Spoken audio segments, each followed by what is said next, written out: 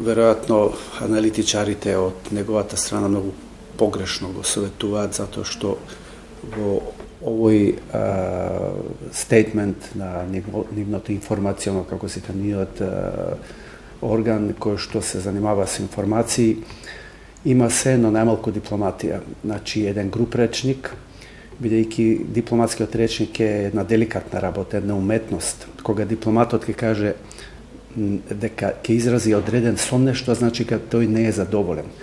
Кога дипломатот ќе осуди нешто, тога што е многу тешка работа. Во овој случај, на многу недипломатски начин е однесувањето на поранешниот премиер, кој што иако 10 години, 9 години, 10 е на таа функција, не научи основни правила на дипломатското однесување и на својот однос. Доколку е точно што ова се пишува во медиумите, бидејќи ние не бевме нели живи сведоци на тоа што се кажа. Да, тоа се цитати од партиско сопштение. Претпоставувам дека средбата била многу пожестока, вообичаено е тоа така, бидејќи кога ќе излезе на видело нешто што така е пластично кажано, значи тоа практично еден вид на реторика исполнета со емоции, што најмалку е потребно во дипломатија. Каква порака праќа Никола Груевски? Демонстрира се уште постоечка сила или навистина му вели на меѓународниот фактор дека се мешате во внатрешно политички прашања во кои не смеете да се мешате на Република Македонија по еден изборен исход? Значи, прво праќа порака дека ние сме доволно сами на себе и дека не ни требате вие, иако ние имаме склучено едно стратешко партнерство со Соединените Американски држави. Потоа вели дека се меша странскиот фактор во манифестациите, прозван беше, или и денеска исто прозван, што е исто така многу лошо, не само за партијата, туку и за државата, и тоа асоцира на нешто дека може би има нека друга опција, бидејќи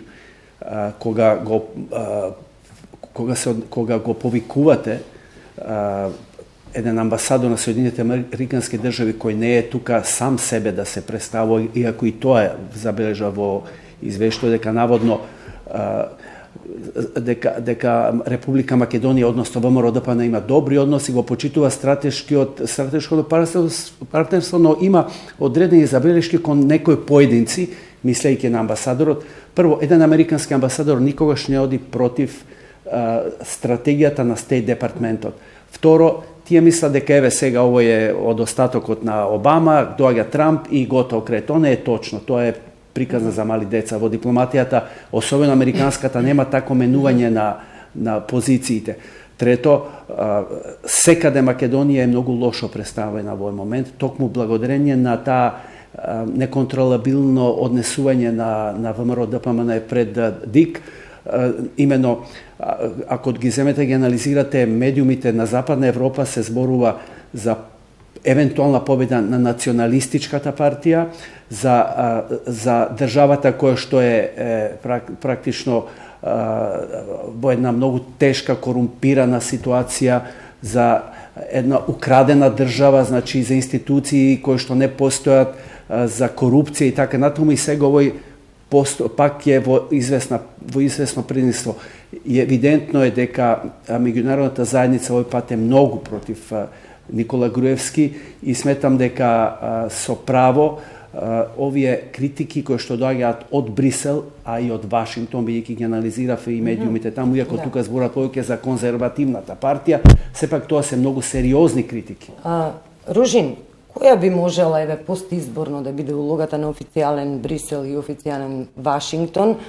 Се погласни стануваат тие сценарија дека многу тешко ќе успее ВМРО-ДПМНЕ како во моментов победник на изборите да формира влада со ДУИ. Прво, малку веруваат дека ќе биде во состојба да формира влада. Значи, тоа е прво. Меѓутоа, да речеме со некоја математика да формира, веројатно неговите дипломати, амбасадори во Брисел и во Вашингтон и во НАТО имаат доволно информации, не знам дали се искрени во тие информации, бидејќи нашата дипломатија стана многу еднопартиска. Пишуваат она што сака да чуе нивниот лидер.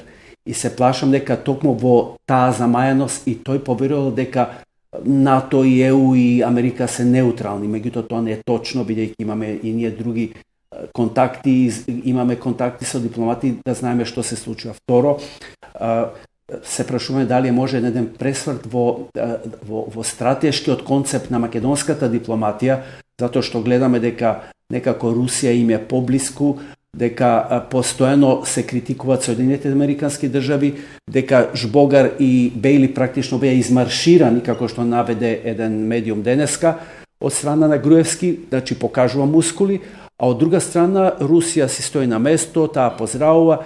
Практично се прашуваме во која насока би одела таа идната дипломатска ориентација на евентуалната влада на Никола Груевски, и сите се со големи скептички проценки дека тоа Македонија може би ќе се оддалечи од евроатлантски